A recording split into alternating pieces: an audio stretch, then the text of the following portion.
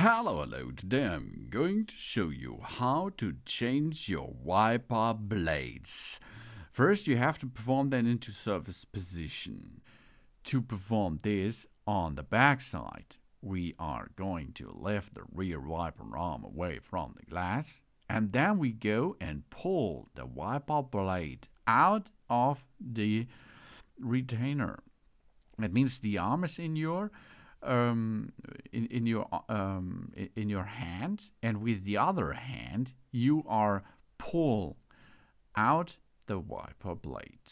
To get it, or to get a new one back in position, you have to look that they are aligned in one level, and then you push it back into the arm host, and after this you will hear a click sound.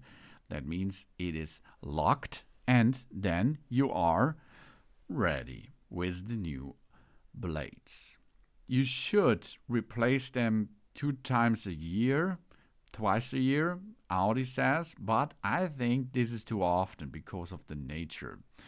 Maybe all 2 years, that should be enough for me.